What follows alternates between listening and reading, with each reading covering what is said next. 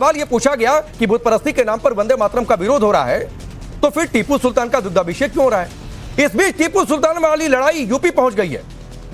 CM योगी ने दो टूक यह कह दिया कि टीपू वाली सोच एक सियासत के तहत काम किया जा रहा है। रिपोर्ट देखिए, फिर करेंगे चर्चा।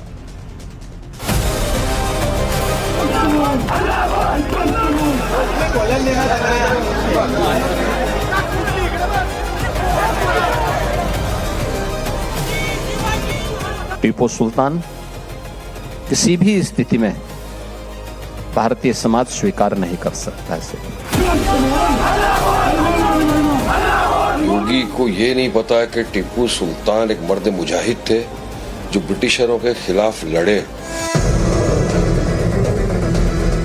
टीपू जो है उसकी असलियत ये है कि वो हिंदुओं के खिलाफ, हिंदुओं को खत्म करके इस्लाम राष्ट्र बनाने की कोशिश कर रहा था। लेकिन आप फिर एक बार महाराष्ट्र में दंगे भड़काना चाहते। टीपू सुल्तान पर देश की सियासत एक बार फिर गर्म है। सियासत से लेकर सोशल मीडिया पर हंगामा बरपा है और अब तो महाराष्ट्र से शुरू हुआ विवाद उत्तर प्रदेश तक आ पहुंचा है, जिसमें टीपू से छत्रपति शिवाजी महाराज की तुलना की गई। छत्रपति शिवाजी महाराज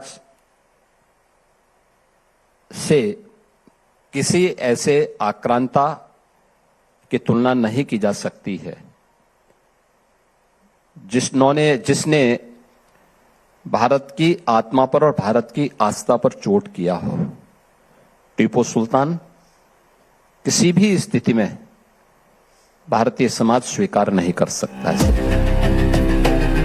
विवाद की जड़ मालेगांव नगर निगम के डिप्टी मेयर दफ्तर में लगी टीपू की तस्वीर बनी और आग में घी डालने का काम किया महाराष्ट्र कांग्रेस के नेता हर्षवर्धन सपकाल ने, जिन्होंने शिवाजी महाराज और टीपू की तुलना कर दी। हालांकि बाद में उन्होंने माफी मांग ली, लेकिन अब महाराष्ट्र के अहिल्यानगर में टीपू सुल्तान की फोटो पर दूध से अभिषेक किया गया और ये अभिषेक मुस्लिम युवाओं की ओर से किया गया, जिसके बाद सवाल उठने लगे कि जो विचारधारा बुत परस्ती के नाम पर वंदे मातरम का विरोध करती है, वो टीपू की तस्वीर पर दूध क्यों चढ़ा रहे हैं? क्या टीपू की तस्वीर पर दूध चढ़ाना आस्था के खिलाफ नहीं, या फिर ये सब वोट बैंक का खेल है?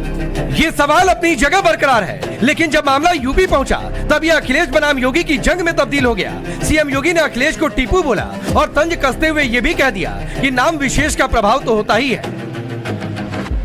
देखिए, नाम का प्रभाव होता है।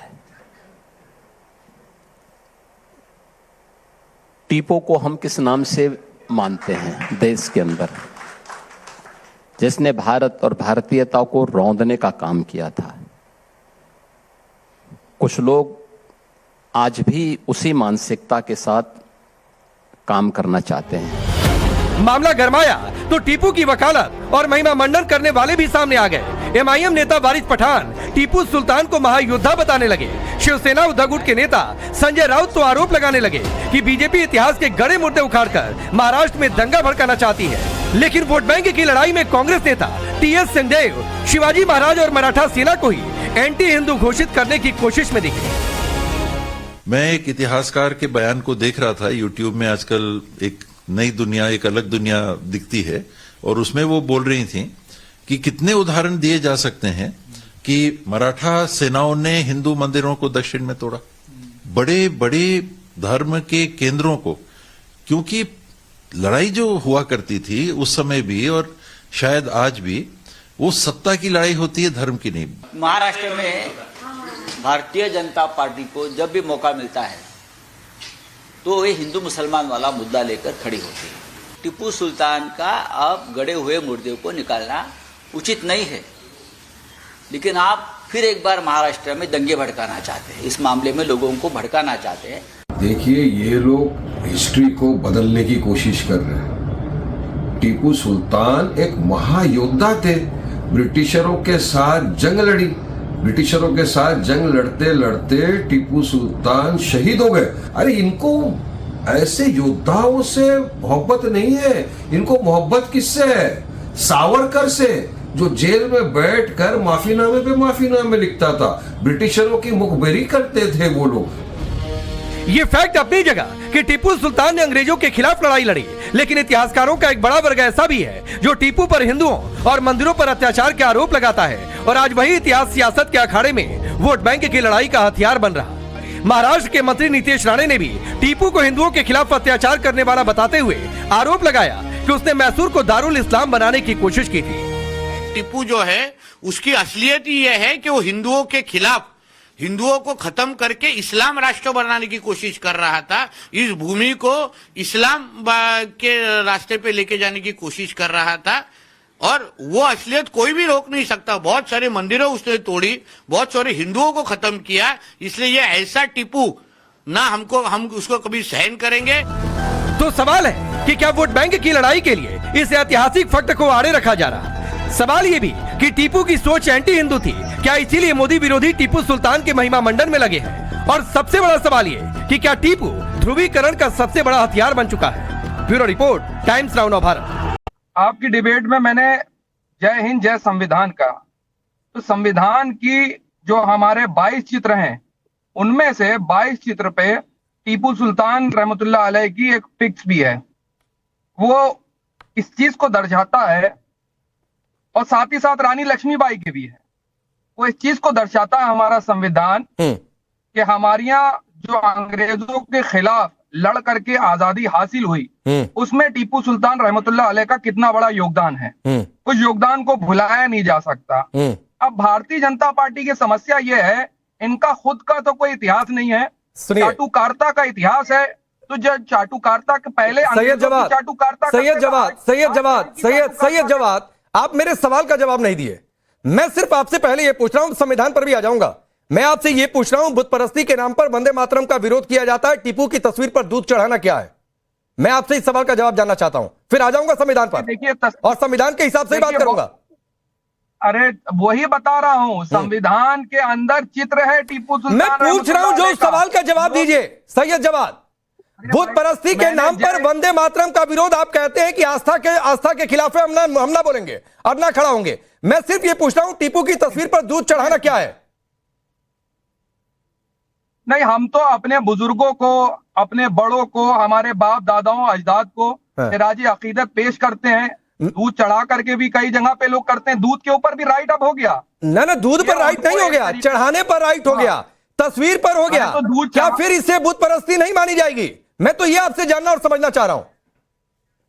बिल्कुल नहीं, बिल्कुल नहीं, बहुत सही, बिल्कुल भी नहीं, बिल्कुल भी नहीं। हमारे इस देश के जितने भी स्वतंत्रता सेनानी हैं, ठीक है, उसमें आरएसएस के लोगों का कोई योगदान नहीं। लेकिन पहले भी अंग्रेजों की चाटुकारिता करते थे। आज डोनाल्ड ट्रंप की चाटुकारिता कर रहे हैं। एप्स्टीन फाइल में नाम आने के बाद से तब से फिर से गले सुनिए ना, एप्स्टीन फाइल पर मत जाइए सैयद जवाद, एप्स्टीन फाइल पर मत जाइए। अब आते हैं संविधान वाली बात पर। संविधान सभा के आखिरी सेशन में डॉक्टर राजेंद्र प्रसाद ने कहा कि राष्ट्रगान और राष्ट्रगीत को बराबर का दर्जा देना चाहिए। संविधान सभा के सभी सदस्यों ने गाया। आप कई मौलाना मुस्लिम समाज के लोगों, क्रांतिकारियों का नाम गिनवा दूंगा जिन्होंने वंदे मातरम का बोला। तब संविधान की बातचीत आपको नहीं याद आ रही है, लेकिन तस्वीर की बातचीत उसी संविधान में राम दरबार की भी है। लेकिन राम दरबार, राम मंदिर का विरोध करेंगे तब संविधान की बातचीत नहीं करेंगे। जवाब सुनिएगा, मजा आ जाएगा आपको, थोड़ा शांतिपूर्वक। मजा लेने देने का शो नहीं है, मजा लेने देने का शो नहीं है। तर्कों पर बातचीत करिए और काटिए तर्कों से। अरे नहीं, बगैर तर्कों के हम बात ही नहीं करते हैं। हमारे तर्क जो है तर्कश में रखे हुए तीर की तरीके से हैं और भारतीय जनता पार्टी पे जाकर के चुपते हैं और उनके चाटुकार लोगों को भी चुपेंगे। अभी देखिएगा कैसे चुपेंगे। वंदे मातरम के अंदर जब वंदे मातरम गाया जा रहा था, बहुत से मुसलमानों ने गाया, कांग्रेस के अंदर गाया चला आता रहा है। लेकिन जब वंदे मातरम कह करके देश की जंगे आजादी के अंदर लोग फांसी के फंदे को चूम रहे थे, क्रांतिकारी आंदोलन के अंदर कूद रहे थे, तो ये भाजपा के समर्थक और आरएसएस के लोग क्या कर रहे थे? ठीक।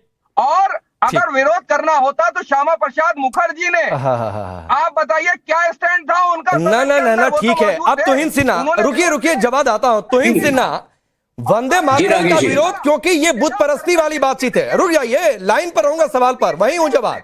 वंदे मातरम का विरोध क्योंकि बुत परस्ती वाला तर्क है। अच्छा, दूध चढ़ा देंगे टीपू सुल्तान की तस्वीर पर, यह बुत परस्ती इसलिए नहीं क्योंकि वो तो पूर्वज थे, अब वो तो क्रांतिकारी थे।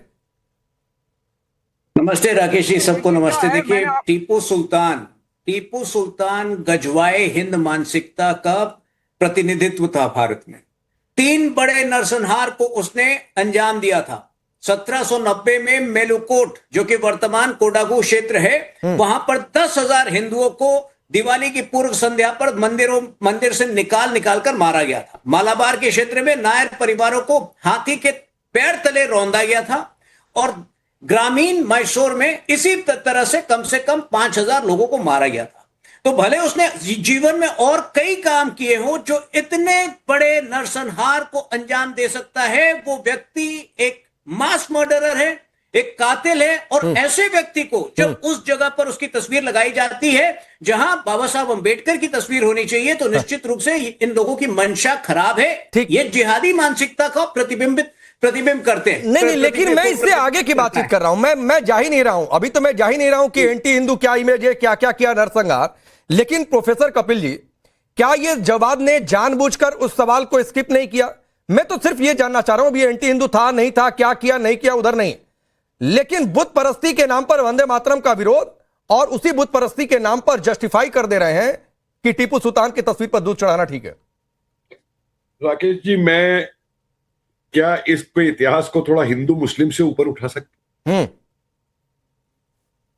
देखिए, मैं टीपू सुल्तान को हिंदू मुस्लिम के नजरिए से नहीं देख रहा। मुझे एक बात बताइए, अभी बड़ी बड़ी बात कही गई, सही कही गई कि टीपू अंग्रेजों के खिलाफ लड़ा था, ठीक है।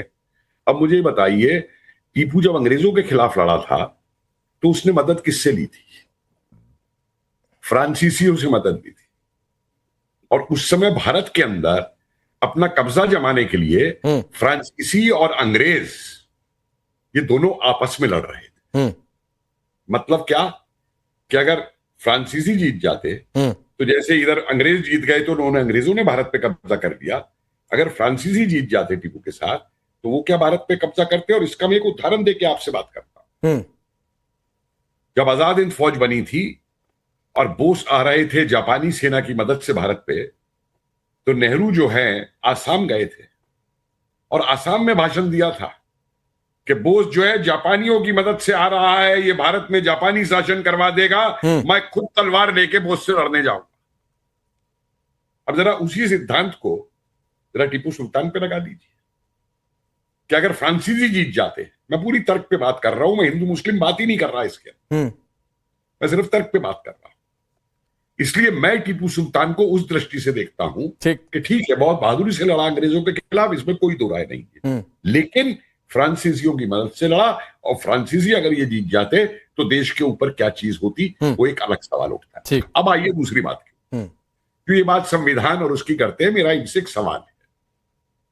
ये कहते हैं कि दीन हमारा जो है वो हमारा देश से ऊपर है। मैंने मान लिया आपकी बात, ठीक है। अब मुझे बताइए, संविधान किसका है?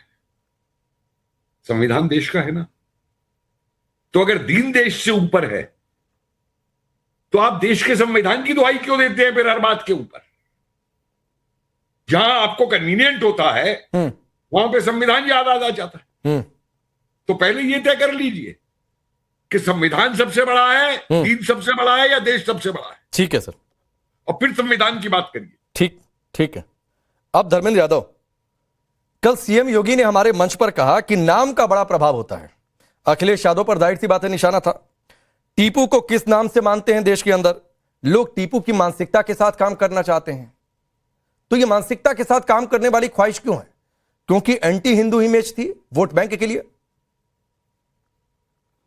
राकेश पांडे जी, नाम का भी प्रभाव होता है, नाम बदल कर रहने का भी प्रभाव होता है, वस्त्र बदल कर भी रहने का प्रभाव होता है, और काम का भी तो बड़ा प्रभाव होता है। जो शंकराचार्य जी ने बताया कि क्या पीकर आते हैं और क्या बोल दे कुछ पता नहीं, तो उनके बयान को तो पूरा देश कोई सीरियस नहीं ले रहा है। भारतीय जनता पार्टी खुद ही सीरियस नहीं ले रही है। तो अब इस समय वो आउट ऑफ कंट्रोल जा चुके हैं, वो कुछ भी बोल सकते, कहीं बोल सकते, उसमें कोई दोहरा नहीं है। आज जो हमारी डिबेट हो रही है टीपू सुल्तान पर, तो टीपू सुल्तान एक शासक के नजरिए से अगर आप देखेंगे, देखिए मैं ये जानता हूं कि जिस पार्टी का, जिस व्यक्ति का कोई अपना इतिहास नहीं होता है, तो वो क्या करता है, कब्रों से इतिहास निकालता है और उसे कोशिश करता है कि उस कब्र में कुछ मुझे भी मिल जाए। इसलिए भारतीय जनता पार्टी का अपना कोई इतिहास आजादी में रहा नहीं। और इनके कोई अपने पुरखे पूर्वज ऐसा काम नहीं किए जिसको आपको दिखा सके, बता सके। इसीलिए समय समय पे देखिए, कभी आपका इतिहास है, अम्बेडकर की तस्वीर लगा देते हैं। आपका इतिहास है, बाबा साहब अम्बेडकर, आपका इतिहास है आजादी में, इतिहास है। बाबा साहब अम्बेडकर हमारे इतिहास है। नहीं आपका इतिहास है। बाबा साहब अम्बेडकर समाजवादी पार्टी में थे। भगत सिंह हमारे इतिहास। बाबा साहब अम्बेडकर भगत सिंह अकेले आपने कॉपीराइट लिखवाया हुआ है क्या? समाजवादी कि समाजवादी पार्टी के हैं सिर्फ भगत सिंह? बाबा साहब अम्बेडकर समाजवादी पार्टी के थे। समाजवादी थे कि नहीं? मैं जो आपसे पूछ रहा हूं ना, मैं आपसे जो पूछ रहा हूं वो बताइए। आप कह रहे हैं कि बीजेपी का आजादी की लड़ाई में कोई योगदान नहीं है। पहले आपका क्या योगदान है फिर, अगर आजादी की लड़ाई की बात करनी है तो? मैंने बताया ना, बाबा साहब समाजवादी थे कि नहीं थे? भगत सिंह समाजवादी थे? अरे आपकी पार्टी में थे, देश के बाबा साहब पूरे देश के, भगत सिंह पूरे देश के, अशफाक उल्लाह खान पूरे देश के, राम प्रसाद बिस्मिल पूरे देश के। अरे समाजवादी थे। भारतीय जनता पार्टी तो कहती है जो हिंदुत्व को नहीं मान रहे हैं वो देशभक्ति नहीं है। तो उनके पास तो सर्टिफिकेट लेके घूम रहे हैं। इसलिए मैं कह रहा हूँ जिसका अपना इतिहास नहीं होता है वो दूसरे के इतिहास में चुराने की तो आप टीपू के इतिहास के साथ हैं? आप टीपू सुल्तान के इतिहास के समर्थन में? मेरी बात सुन लीजिए ना, मैं बता रहा हूँ कि जिस पार्टी ने राष्ट्रगान को नहीं अपनाया, मैं पूछ रहा हूँ आप टीपू सुल्तान के इतिहास के समर्थन में है? अब मेरी बात सुन लीजिए, मैं आ जाऊंगा उस बात पे। जिस पार्टी ने राष्ट्रगान को नहीं अपनाया, जिस पार्टी ने तिरंगे को नहीं अपनाया, जिस पार्टी ने वंदे मातरम को चमटे से भी नहीं छुआ, तो आज वो पूरे देश में गा गा कर बता रही है, टीवी चैनल पे बता रही है, रेडियो पे प्रसारण करवा के बता रही है, तस्वीर लगा के बतवा रही है, पेट्रोल पंप पे बतवा रही है, हैंड पंप पे बतवा रही है, मतलब कौन कौन सा पंप है जहां नहीं बतवा रही है, पानी की टंकी पे बतवा रही है। क्यों? क्योंकि वो उस समय नहीं साथ रहे जब साथ रहना चाहिए था। ये भारतीय जनता पार्टी की सबसे बड़ी कमी है, उसको ढकने के लिए कुछ। आप टीपू सुल्तान के इतिहास के समर्थन में है, ये बताइए सीधी बात। आप सुन लीजिए, अब मेरी बात सुन लीजिए। इतिहासकार किसी भी इतिहास को जानने के लिए ज्यादा उत्तम व्यक्ति होते हैं। अगर किसी के इतिहास के बारे में जानना है तो इतिहासकार की बातें सुनिए, जो उसकी अच्छी बातें हैं, जो देश और समाज की भलाई की है, उसको आत्मसात करिए, अन्यथा छोड़ दीजिए। अच्छा, मैं आपको बताऊं, हाँ, तो टीपू सुल्तान की हिंदू विरोधी बातों को छोड़ दिया जाए, औरंगजेब ने कितने मंदिर तुड़वाए उन बातों को छोड़ दिया जाए, कब कब सोमनाथ पर, कब कब देश के मंदिरों पर हमले हुए, किसने किए, ये सब छोड़ दिया जाए आपके हिसाब से? नहीं बात करनी चाहिए उस पर? नहीं, बिल्कुल इसको नहीं छोड़ दिया जाए, इनको नहीं छोड़ दिया जाए। लेकिन जब काशी में मोदी ने मंदिर तोड़वा दिए 100 से ज्यादा, उस पर भी बात हो जाए। जब द्वारका गुजरात में 80 मंदिर तोड़ दिए तो उससे भी बात हो जाए। तो बात मंदिर तोड़ने की तो सारी बात हो जाए, उसमें क्या दिक्कत है? अगर वो आक्रांता थे, औरंगजेब आक्रांता था, तो क्या भारतीय जनता पार्टी नहीं? तो ठीक है, फिर किसने कब लाठी चार्ज करवाया? सुनिए ना, तुहिन सिन्हा किसने कब गोली चलवाई, कहाँ गोली चलवाई, फिर तो बहुत बातचीत होगी। कौन औरंगजेब के समर्थन में जाकर खड़ा हो जाता है उसकी भी बातचीत हो जाएगी। आज प्रोफेसर धर्मेंद्र यादव की क्लास में ये पढ़ाएंगे ये कि टीपू सुल्तान बहुत महान था, उसने हिंदू समर्थन में बहुत काम किए। देखिए राकेश जी, कितने दुख की बात है कि समाजवादी पार्टी के पास, समाजवादी पार्टी की पार्षद आज राम मनोहर लोहिया जी की तस्वीर नहीं लगा रही है, वो टीपू सुल्तान की तस्वीर लगा रही है, और इनको कोई प्रॉब्लम नहीं है। अगर राम मनोहर, आपको गुहार करनी चाहिए कि निहाल अहमद आपके पार्टी की जो पार्षद है वो राम मनोहर लोहिया की तस्वीर लगाए। राम मनोहर लोहिया की तस्वीर नहीं है, आपको कोई प्रॉब्लम नहीं है। दूसरी बात है कि बड़ी बात कह रहा हूँ, इनको शांत कराइए, इंपॉर्टेंट बात कह रहा हूँ। ये जो बार सुन लीजिए धर्मेंद्र जी, सुन लीजिए तुहिन जी का बात, फिर मैं आता हूँ। सुन लीजिए एक बार तुहिन सिन्हा की बात। आज समाजवादी पार्टी का अपना ओरिजिनल आर्ग्यूमेंट तक नहीं है। वो कांग्रेस की आर्ग्यूमेंट लेकर आती है कि आरएसएस और बीजेपी जो है, आरएसएस और जनसंघ की भी स्थापना 1950 में हुई थी, लेकिन वो कांग्रेस की आर्ग्यूमेंट को आगे बढ़ाती है कि आरएसएस ने आजादी के मूवमेंट में भाग नहीं लिया था। आज स्पष्ट तौर पे लिख लीजिएगा, याद रहेगा, आप अपनी रिसर्च कर लीजिएगा, कम से कम 4-5 इंस्टेंस में देता हूं जिसमें आरएसएस ने अहम भूमिका निभाई थी। 1929 में जब पूर्ण स्वराज की घोषणा हुई थी कांग्रेस पार्टी के द्वारा, तो आरएसएस के हर शाखा में उसका समर्थन किया गया था और उसको आगे बढ़ाने का निर्णय लिया गया था। 1942 में क्विट इंडिया में कितने इंडिविजुअल कैपेसिटी में कितने आरएसएस के कार्यकर्ता भाग लिए थे, ये आप भी अपनी रिसर्च कर लीजिए। ठीक है, जो अंडरग्राउंड सपोर्ट कांग्रेसियों को आरएसएस ने प्रदान किया था, वो आप कभी याद नहीं रखेंगे। तो ये फालतू की बात नहीं। एक और तर्क है, और मुझे आज बड़ा आश्चर्य हुआ। आज मैं धर्मेंद्र जी रुक जाइए, तुहिन सिन्हा आ रहा हूं, वरुण पुरोहित जी को लाइए। एक और तर्क आ जाया, वो कांग्रेस के एक बड़े नेता है टीएस सिंहदेव, वो मराठाओं और टीपू सुल्तान की तुलना कर बैठे और टीपू सुल्तान को ज्यादा महान उन्होंने बता दिया और कह रहे कि मराठाओं ने मंदिर तोड़ दिए। क्या है ये वरुण पुरोहित जी? राकेश जी, उन्होंने खुद ने नहीं बताया, एक हिस्टोरियन का हवाला दिया है उसके यूट्यूब का कि मैं वो देख रहा था तो उसमें ऐसा ऐसा बताया गया। नाम बताए कौन सा हिस्टोरियन है, नाम बताए कौन सा हिस्टोरियन है, कौन सी हिस्ट्री की किताब लिखी है। हर एरा गहरा हिस्टोरियन नहीं हो जाता। हिस्टोरियन का नाम पूछिए राकेश जी इनसे। ठीक है, मैं पूछ रहा हूं एक बार वरुण पुरोहित जी की बात आने दीजिए, हो सकता है वो नाम भी ले लें। बोलिए। मैं ये कह रहा हूं कि प्रोफेसर कपिल कुमार जी वरिष्ठ हो, इतना आप इतने उत्तेजित मत हुआ करो, दूसरे को बोलने नहीं दो, डेमोक्रेसी है देश के अंदर। अब आप बोलने नहीं दो तो मैं बंद हो जाता हूँ, इनसे बुलवा लो आप, इन्हीं को टीपू सुल्तान बना दो डिबेट का। ठीक है क्या तरीका है? कपिल सर एक बार सुन लीजिए, एक मिनट, फिर मैं आप ही के पास सीधे आऊंगा। वरुण पुरोहित जी बोलिए बोलिए बोलिए आप बोलिए। मैं कह रहा हूँ ये जो विषय आप डिस्कशन कर रहे हो, ये विषय हिस्टोरियंस का है। टीपू सुल्तान के लिए ऐसे क्यों कहा, मराठाओं के लिए ऐसे। मैं तो जयपुर का हूँ, जयपुर स्टेट से मराठाओं का खूब झगड़ा हुआ है। मराठा आकर के हमला करते थे। तुंगपा की लड़ाई प्रताप सिंह जी के टाइम, ईश्वर सिंह जी ने तो हीरा चूस लिया था जब दोबारा मराठा जीत गए, घुस गए शहर के अंदर। तो ये उस समय जो आप जो चर्चा कर रहे हो, ये तीन तरह की हिस्ट्री है। Ancient history, medieval history, modern history, ऐसे पढ़ाते हैं हमको हिस्ट्री में। तो जो 1947 से पहले की हिस्ट्री, उसमें राजाओं के जगह जगह देश के अंदर राजा महाराजाओं का राज था, तो आपस में लड़ाई करते थे। उसके बाद ब्रिटिशर्स आ गए, उससे लड़ाई इंडिपेंडेंस वॉर हो गई। तो अलग अलग तरीका है। ये भी बार बार कहना कि अब बार बार रिपीट करें कि बीजेपी का कोई योगदान नहीं था, उसका किसी का योगदान नहीं था, ये मैं नहीं समझता आज के टाइम में ऐसी बातें करनी। नहीं, मुझे एक बात बताइए, क्या आपके लिए महान कौन है, टीपू सुल्तान या मराठा सेना या छत्रपति शिवाजी की विरासत? मेरे लिए महान मेरे लिए तो महान है मेरे पूर्वज हैं, जिन्होंने भारतीय संरचना की। नहीं, ये गोलमोल नहीं है। आपके पास दो विकल्प है, दो विकल्प में से एक चुनिए। टीपू सुल्तान ज्यादा बेहतर या मराठा और शिवाजी ज्यादा बेहतर? नहीं, ये मैं कौन हूँ इसका मूल्यांकन? राय दीजिए ना, क्यों नहीं मूल्यांकन करेंगे? आपके नेता है, कुछ भी बोलकर चल रहे, आप मूल्यांकन नहीं करेंगे? मेरे लिए ऑल आर इक्वल। जो मुझे अच्छा, मैं कह रहा हूँ ना, पूर्वज जो हमारे पूर्वज हैं, उनकी हम तो पूर्वजों की पूजा करते हैं, श्राद्धों में पूजा करते हैं। तो आपके लिए टीपू सुल्तान और मराठा सेना छत्रपति शिवाजी महाराज की विरासत एक है, अंतर कोई नहीं है सबका? अरे मैं कह रहा हूं अंतर करने वाला, मैं इतना विद्वान थोड़ा ही हूं। नहीं, अभी आपने कहा कि सब एक जैसे हैं। अभी आपने कहा कि मैंने सब पूर्वजों का नाम लिया, पूर्वजों को मैं नमन करता हूं। पूर्वजों की वजह से हम आज बैठे, पूर्वजों की वजह से हम डिस्कशन कर रहे हैं। आप जो टॉपिक पे डिस्कशन कर रहे हो, अटल जी अडवाणी जी की बीजेपी मैं पूछ रहा हूं बीजेपी कर रही है। टीपू सुल्तान ज्यादा बेहतर या छत्रपति शिवाजी महाराज की विरासत, उनकी मराठा सेना ज्यादा बेहतर? पांडे जी, आपका जो प्रश्न है ये अबव लेवल है। ये जो विद्वान हो ना, एक अबव लेवल के आम आदमी। नहीं, आप भी बहुत विद्वान है और मुझे इस सवाल का जवाब चाहिए। मैं नहीं हूं। नहीं, मुझे इस सवाल का जवाब चाहिए। या तो बोल दीजिए कि कांग्रेस नेता ने बोल दिया, वो मैं नहीं समर्थन कर सकता हूं, नहीं बोल सकता हूं, मैं नहीं उनका पक्ष ले सकता हूं। किसी को महान बताया ही नहीं है, किसी को महान बताया नहीं भाई। उन्होंने कहा है, मैं ऐसे कर रहा था। तो आप मुझे बताइए, अगर कोई हिस्टोरियन कोई भी XYZ अगर गलत लिखता है तो क्यों नहीं सरकारें उस पर कार्रवाई करती हैं? पता नहीं क्या क्या लिख देते हैं, हिंदू धर्म के बारे में भी क्या क्या लिख रहा है। तो टीएस सिंहदेव के पास ऑप्शन था ना कि दूसरा वाला चुन लेते। अगर किसी इतिहासकार ने गलत भी लिख दिया तो जो सही लगे उसको चुना। उन्होंने चुना जो उनको सही लगा। उनको जो सही लगा, उनको जो इंटरप्रिटेशन एक्सप्लेनेशन उन्होंने पढ़ा वो कर दिया। मुझे जो लग रहा है वो मैंने कर दिया। और तो यहाँ सब बैठे, सबके अपने अपने विचार।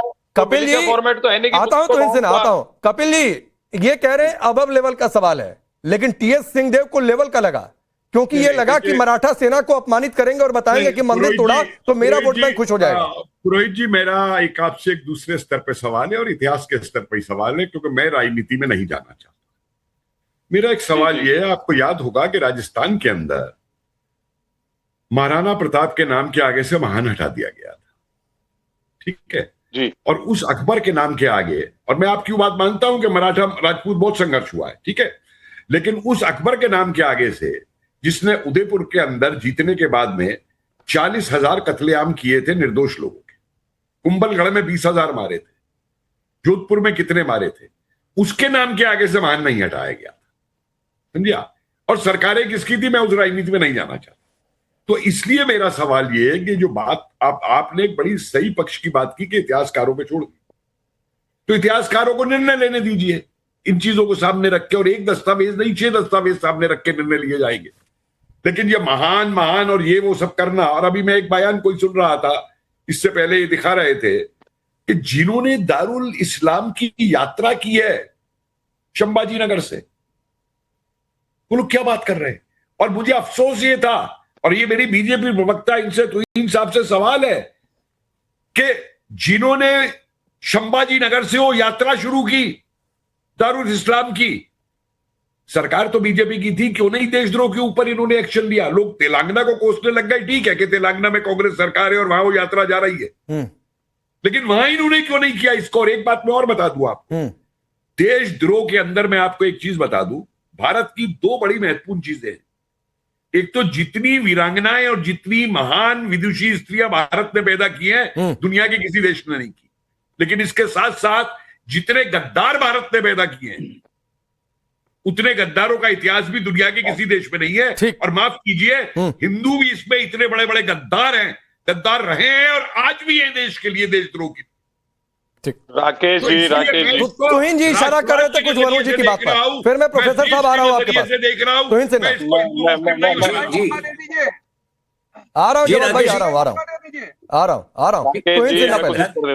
हाँ राकेश जी, क्या सवाल क्या है? नहीं आप इशारा कर रहे थे बार बार जब वरुण पुरोहित बोल रहे थे तो।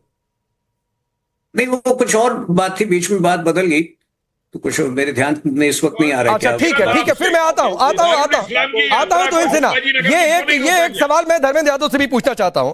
धर्मेंद्र यादव, जो बात वरुण पुरोहित ने कही, मैं वो सवाल आपसे भी पूछता हूं, टीपू सुल्तान ज्यादा बेहतर या मराठा सेना ज्यादा बेहतर, या छत्रपति शिवाजी महाराज की विरासत ज्यादा बेहतर? राकेश भाई, एक होता है बहुविकल्पी प्रश्न होता है, एक जो है सब्जेक्टिव प्रश्न होता है।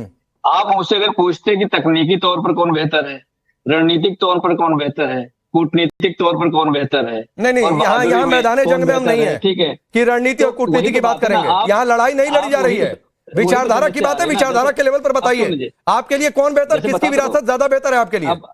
अब जैसे मैं आपकी बात ले लेता हूँ, आपने कहा कि जो मंदिर तोड़ा हुआ आक्रांता था, तो मैंने कहा कि आजाद भारत का सबसे बड़ा आक्रांता नरेंद्र मोदी है। मैं आपसे ना धर्मेंद्र यादव इधर उधर नहीं जाने दूंगा। आपको इधर उधर जाना है जाइए, मेरे सवाल का जवाब देकर आप बोलिए, कोई दिक्कत नहीं है। मेरे को सिर्फ ये बताइए आपके करीब कौन है, टीपू सुल्तान ज्यादा करीब है या छत्रपति शिवाजी महाराज की विरासत या मराठा सेना की विरासत, कौन ज्यादा बेहतर है आपके हिसाब से? मैं आपसे पूछना चाह रहा हूं कि मंदिर तोड़ने और तुड़वाने वाला मैं सवाल सुनिए, यहाँ धर्मेंद्र यादव यहाँ सवाल पूछना मेरा काम है, जवाब देना आपका काम है। आप मेरे सवाल का पहले जवाब दे लीजिए, उसके बाद जो मना करिए, मैं नहीं बोलूंगा। देखिए मैं एक छोटा सवाल पूछ रहा हूं। सवाल का जवाब सवाल नहीं होता, सवाल का जवाब सवाल नहीं होता, ये नहीं चलेगा। सवाल का जवाब सवाल नहीं होता है, सवाल के जवाब में पहले जवाब दीजिए फिर सवाल करिए, मैं एंडोर्स कर दूंगा। नहीं, पहले आप जवाब नहीं देंगे मेरे सवाल का? नहीं दूंगा, नहीं दूंगा, अभी प्रोफेसर, क्योंकि मेरा काम सवाल पूछना है, जवाब देना आपका काम है। जवाब देने से आप ये कह दीजिए मुझे जवाब देने से डर लग रहा है, मैं धर्म संकट पे फंस गया हूं, आगे कुआं पीछे खाई है, मैं आगे बढ़ जाऊंगा। देखिए, आप अपने धर्म संकट को अगर मेरे पे टाल नहीं, मेरा कोई धर्म संकट नहीं है भाई, मेरा कोई धर्म संकट नहीं है। अगर कोई आकर ये कहेगा कि मराठा सेना ज्यादा एंटी हिंदू हो गई तो मैं नहीं मारूंगा। नहीं, देखिए मैं फिर आपको कह रहा हूँ, इतिहासकार जो अपनी बात लिखते हैं, किसी की बहादुरी के इतिहासकार आपके लिए कौन बेहतर है? मैं होने नहीं दूंगा आगे पीछे। कौन बेहतर है पहले बताइए। सुन लीजिए ना, नहीं सुनूंगा। कौन ज्यादा बेहतर है मेरी बात सुन लीजिए, कौन ज्यादा बेहतर आपको बता रहा हूँ, कौन ज्यादा बेहतर है? टीपू सुल्तान, डर लग रहा है आपको जवाब देने में?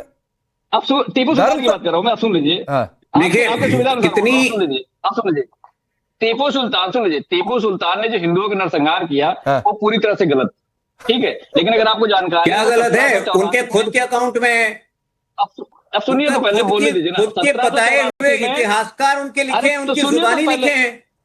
हाँ, वही तो कह रहा हूँ, वो तो गलत है, वो तो गलत है, नरसंहार करना गलत है, हिंदुओं का नरसंहार करना गलत है, मुस्लिमों का नरसंहार करना गलत है, ईसाइयों का करना गलत है। अब सुनिए तो सही, अब मेरी अगली बात सुनिए। 1784 में टीपू ने ब्राह्मणों को जमीन दान दी थी।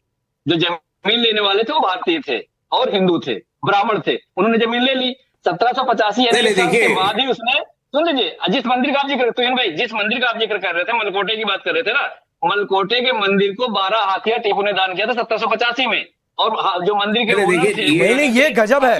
अब रुक जाइए धर्मेंद्र साहब, तुहिन सिन्हा, ये तो औरंगजेब टीपू सुल्तान की पैरवी कि 100 मंदिर तोड़ा, 2 मंदिर को दान दे दिया, तो 100 मंदिर का गुनाह माफ हो गया। देखिए मैं आपको बता रहा हूँ, एक दो जगह, मैं तो उदाहरण के तौर पर बोला तुहिन सिन्हा, मोदी ने जो 100 मंदिर, ये भी आपको बता रहा हूँ, एक दो जगह दान क्यों देना पड़ता था इन लोगों को, क्योंकि इतना क्रोधित थे, इतनी क्रोधित थी जनता कि अंततः जो है अपनी इज्जत बचाने के लिए एक दो जगह दान दे देते थे, अपनी छवि सुधारने के लिए, अपने आप को सेक्युलर पेश करने के लिए ये सब जो है किया गया एक दो जगह पर। लेकिन क्या नहीं, मैं आपसे सीधे ये पूछ रहा हूं, मैं आपसे सीधे धर्मेंद्र जी, मैं आपसे एक सीधा प्रश्न पूछ रहा हूं, क्या 20,000 हत्याएं, क्या 20,000 हत्याओं का कोई कीमत होता है?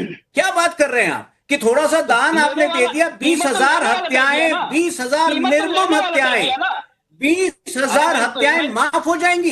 देखिए राकेश जी, कितनी विकृति है आज के युग में, कितनी विकृति है इन समाजवादियों के, कितनी विकृति है इन समाजवादियों के मन में। अगर एक बार धर्मेंद्र जी कह देते कि टीपू सुल्तान की नहीं, राम मनोहर लोहिया की तस्वीर होनी चाहिए थी नेहल अहमद के दफ्तर में, बात खत्म हो जाती। ठीक है, आज राम मनोहर लोहिया से ऊपर मानते हैं ये लोग टीपू सुल्तान को। कितनी विकृति है। नहीं, एक चीज और बात है, मैं जवाब आ रहा हूं, 30 सेकंड दे दिए।